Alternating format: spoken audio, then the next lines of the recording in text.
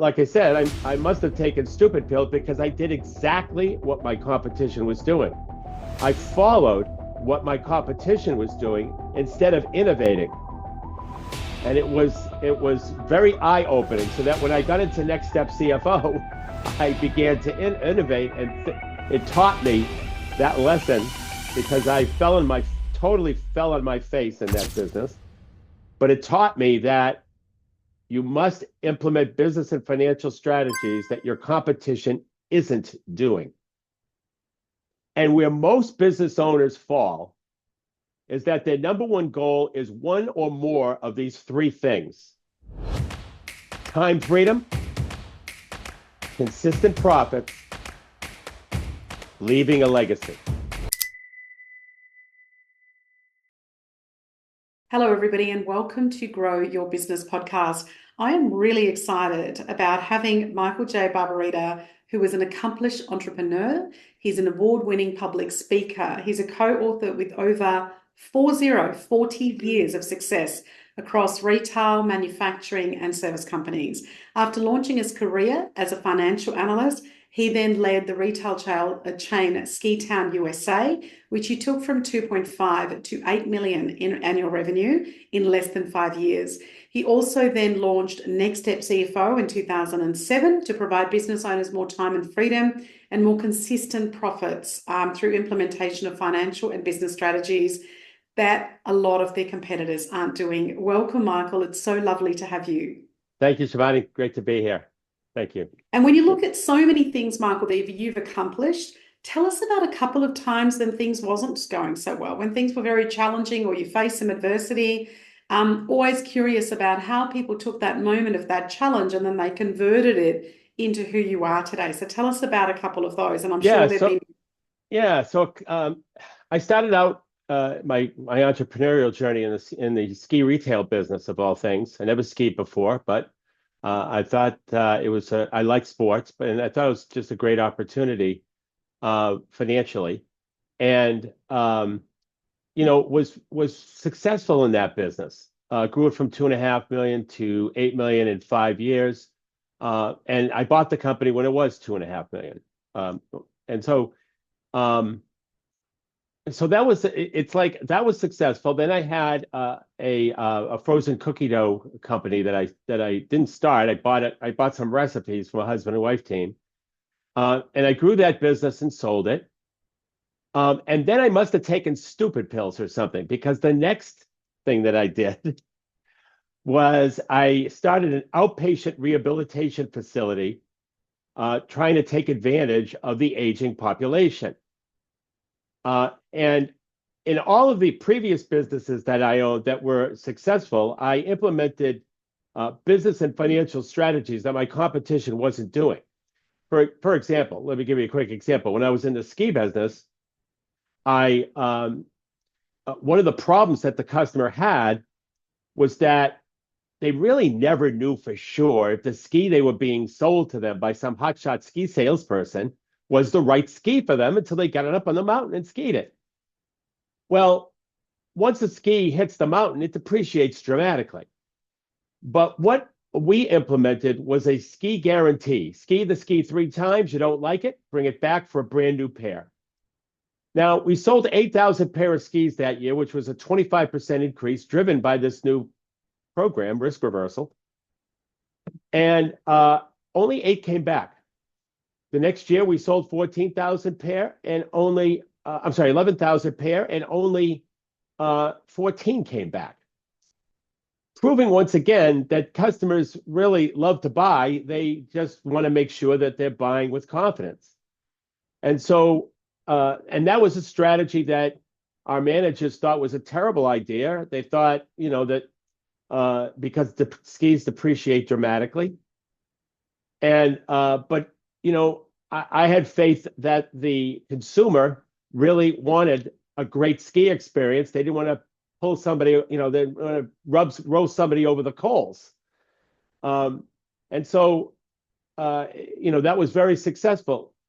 When I was in the frozen cookie dough business, I gave away, the problem that the customer had was that they didn't want to waste valuable oven space baking cookies. They wanted to utilize their valuable oven space for their core product. If it was pizza or subs or whatever it was, that's what they wanted to put in their main oven.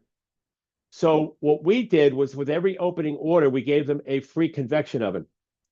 That way they could bake the cookies outside of the core oven and still bake the cookies. And so that was very successful as well. But when I got into the outpatient rehabilitation facility called Freedom Therapy Center, like I said, I must have taken stupid pills, because I did exactly what my competition was doing.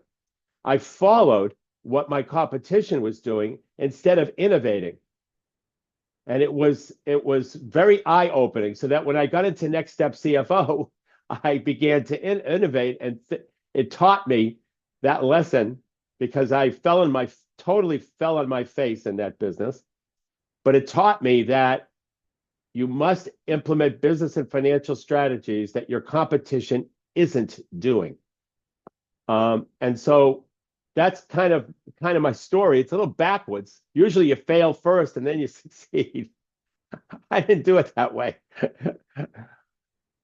Yeah, no, that's great, Michael. And I think I can relate to that. I remember starting up a business that was an absolute disaster, and others were successful. But what do we say? We're either learning or we are being successful. And there's so many learnings that come out of that, those failures in terms of what occurs as well. Right. So the failure helped me with Next Step CFO, but I didn't learn from the successes when I went into the outpatient rehabilitation business. Unbelievable.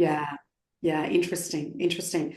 Now, I talk a lot about engagement, and I talk a lot about people. To the people that are listening right now, have you got a couple of golden nuggets in terms of what you've learned around helping people how to grow their business? So like if you said, hey, I've learned 115 lessons, but here are my couple that will really be the golden nuggets. And you've just talked about a little bit of that just because you've had success doesn't mean you're going to keep going on that trajectory. Sometimes you've got to fall over and come back up and keep going. But have you got a couple of golden nuggets that you can share with people? Yeah, I'd love to. One of them is a formula that we wrote about in our book, Powerful Business Strategies, called the conversion formula. And what the conversion formula does is it helps convert prospects into sales. And it's a 4-step formula that needs to be done in the exact order. Otherwise, it doesn't work. And what it does, which is really interesting, the conversion formula follows the way people buy, where people buy based on emotion and then back up that emotion logically. And so what the conversion formula does with its 4 parts is, number one, the key to successful marketing is that you need to get into the head of the prospect. But how do you do that? So the conversion formula does that. And by the way, that was a concept that was developed in 1931, and we took it from our book. So it's not that we're, we just did a lot of research, and it was showed that really was probably the most effective key to successful marketing that I had seen. So the formula is a 4-step formula. It starts with what we call the captivate, which is simply a headline. But the headline identifies the problem that the customer has and doesn't want. Next is what we call the fascinate.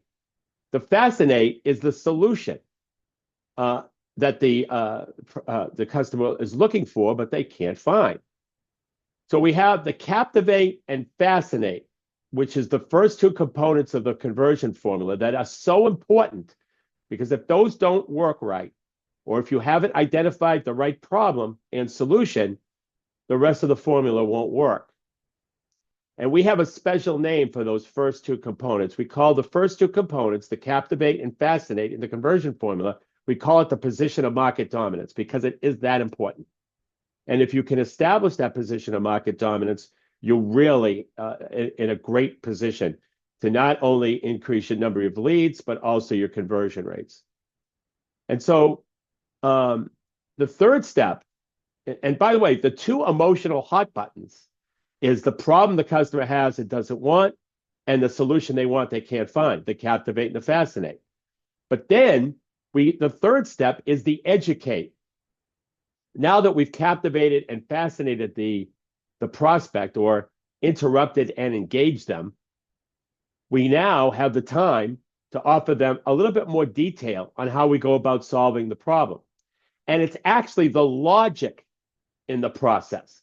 So the emotion is the captivate, fascinate, the problem and solution. The educate is the logic. So when a prospect is explaining to their spouse why they bought this particular product, they're using the educate. And then you have to hit them with the offer, which we call the close, and which has to be so compelling that the prospect can't say no. And so I don't want to leave the audience hanging. I have 5 components of a compelling offer.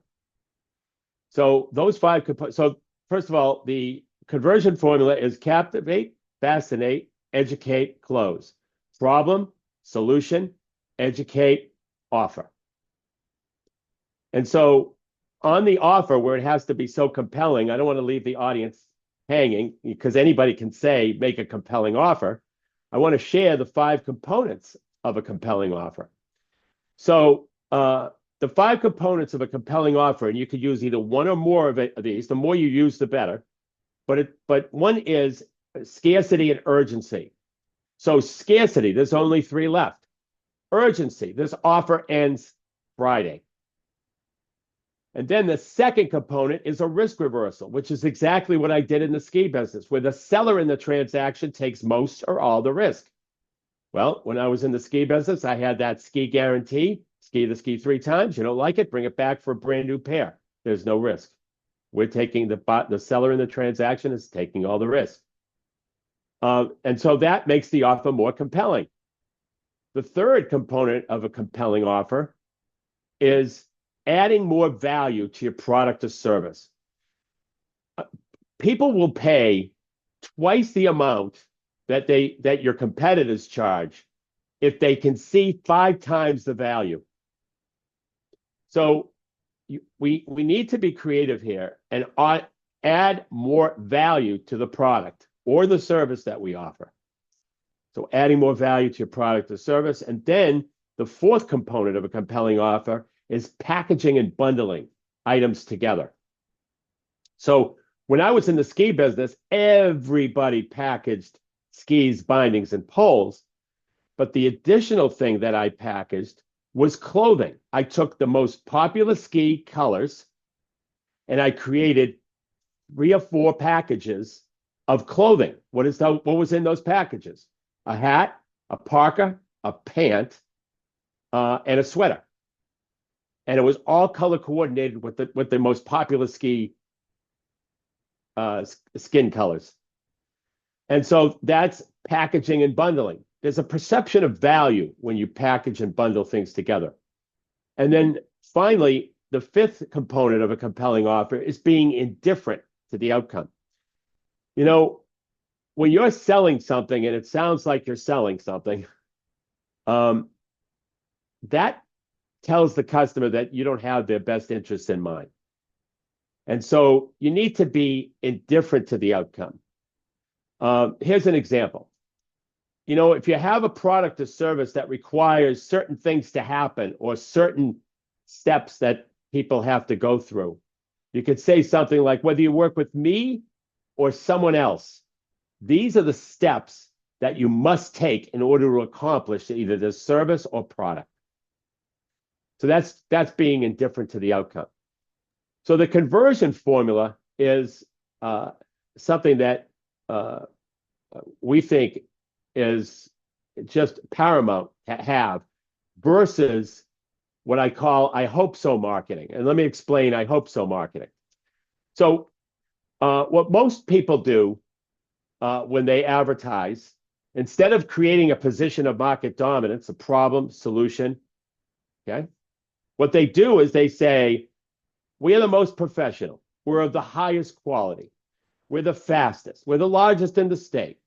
We have the largest selection. We have the best service. We're the most convenient. We're honest. what happens when you use that jargon, and that is so commonly used, all these little statements, what the customer is saying to themselves is, well, I hope so. Well, I hope you're the most professional. I hope you're the highest quality. I hope you're the fastest. I hope that you have the largest selection. I hope that you're honest. I wouldn't do business with a criminal. So when you use that type of jargon, first of all, everybody else is using it. And all the prospect is saying to themselves is, yeah, I hope so. And it's not adding any value or helping the buyer, the prospect, to make any decision. Wow, there is so much gold, Michael. Like I've just written half a page of notes here going, there is so much gold in that. And I love the fact that this has been around since 1931. That's coming up to Right. Yeah. 100 years. So I know. when people know people in terms of a formula, that hasn't changed. It's the application of it and where we're doing that. I love that. Tell me, all the different businesses that you've done and the work that you do now, you come across people all the time. And when I'm speaking to entrepreneurs, when I'm speaking to business leaders, that is often their number one challenge. So have you got, with your experience, just a couple of tips on how to deal with people? What's worked from your experience? And we'd love to just tap into some of that wisdom. You know, one of the things I always ask people is, what is their number one goal? And you know what? The first 3 or 4 answers I get are never really their number one goal. So what I do is I ask, what is your number one goal? And they'll say, I'd like to do $1 million in my business in sales. And what will that do for you? And they say, well, you know, that'll allow me to maybe scale and go to the next level. Okay, so let's say your business is doing $1 million. You see the opportunity to scale. You start to implement that strategy to scale. You're successful. What will that do for you? And you have to keep digging deeper. And where most business owners fall is that their number one goal is one or more of these 3 things: time freedom, consistent profits, leaving a legacy. When I finally get to that level with my questioning, I'm pretty confident that I've hit the number one goal. Now, it might be one of those, just time freedom. It might be time freedom and consistent profit. Or it might be all 3, or it might be just leaving a legacy. So when you do that, you become more human.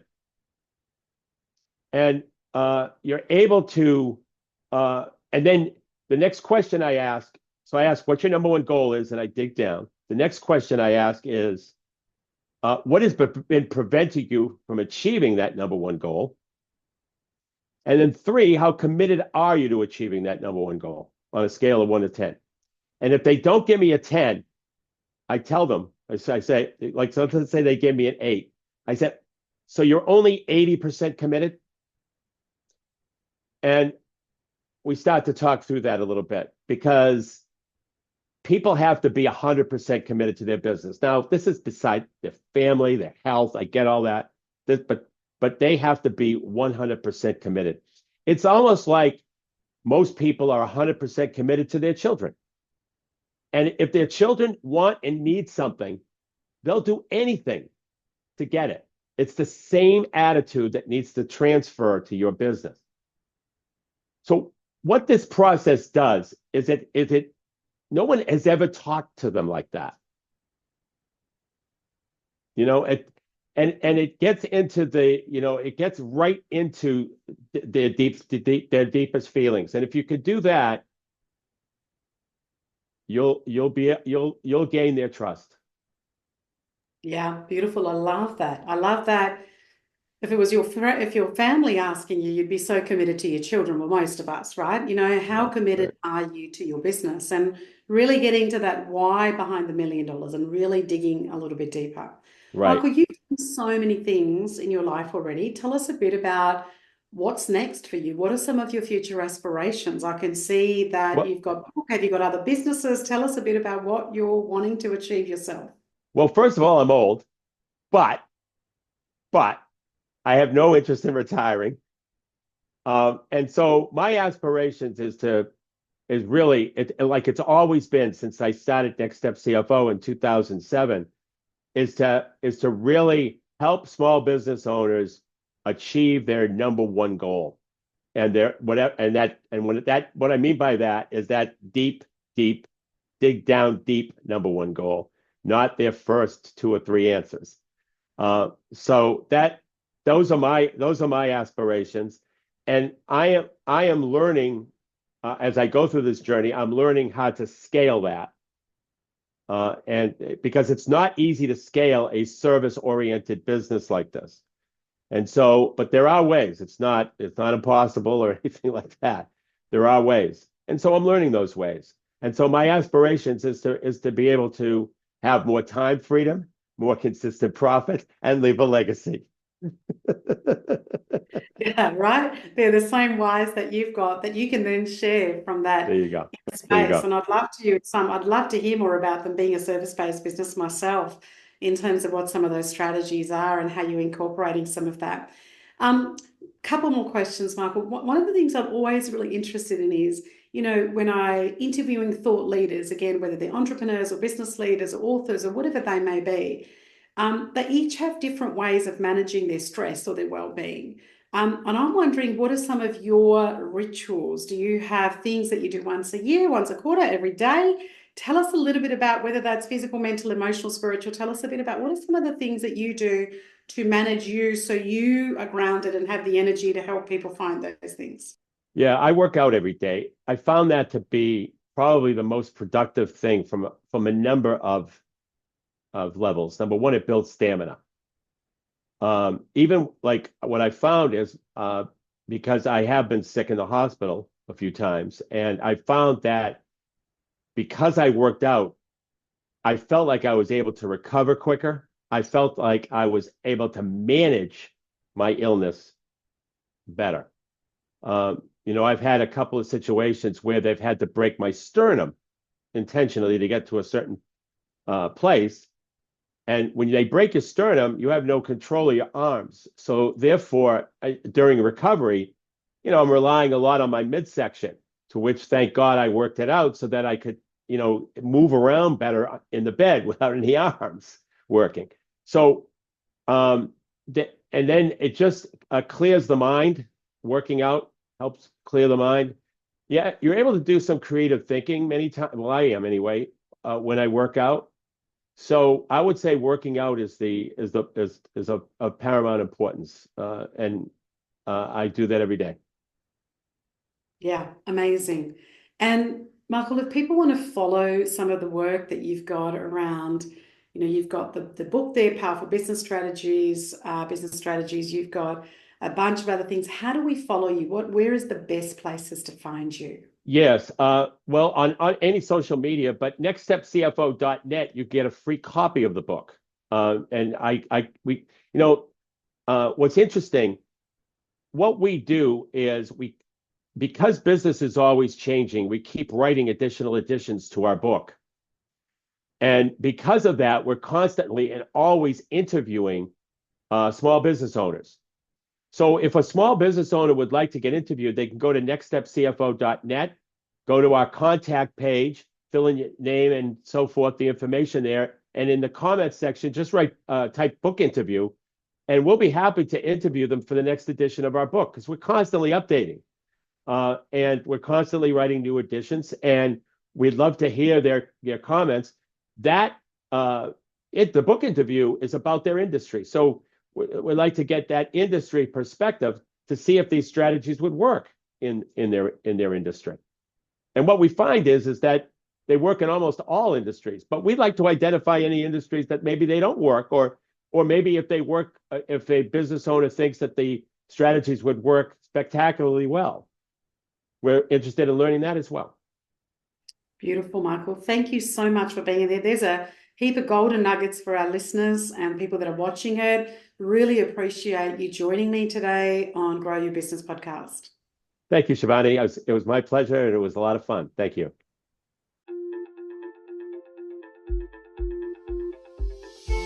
I'm Shivani Gupta, and you've been listening to the Grow Your Business podcast.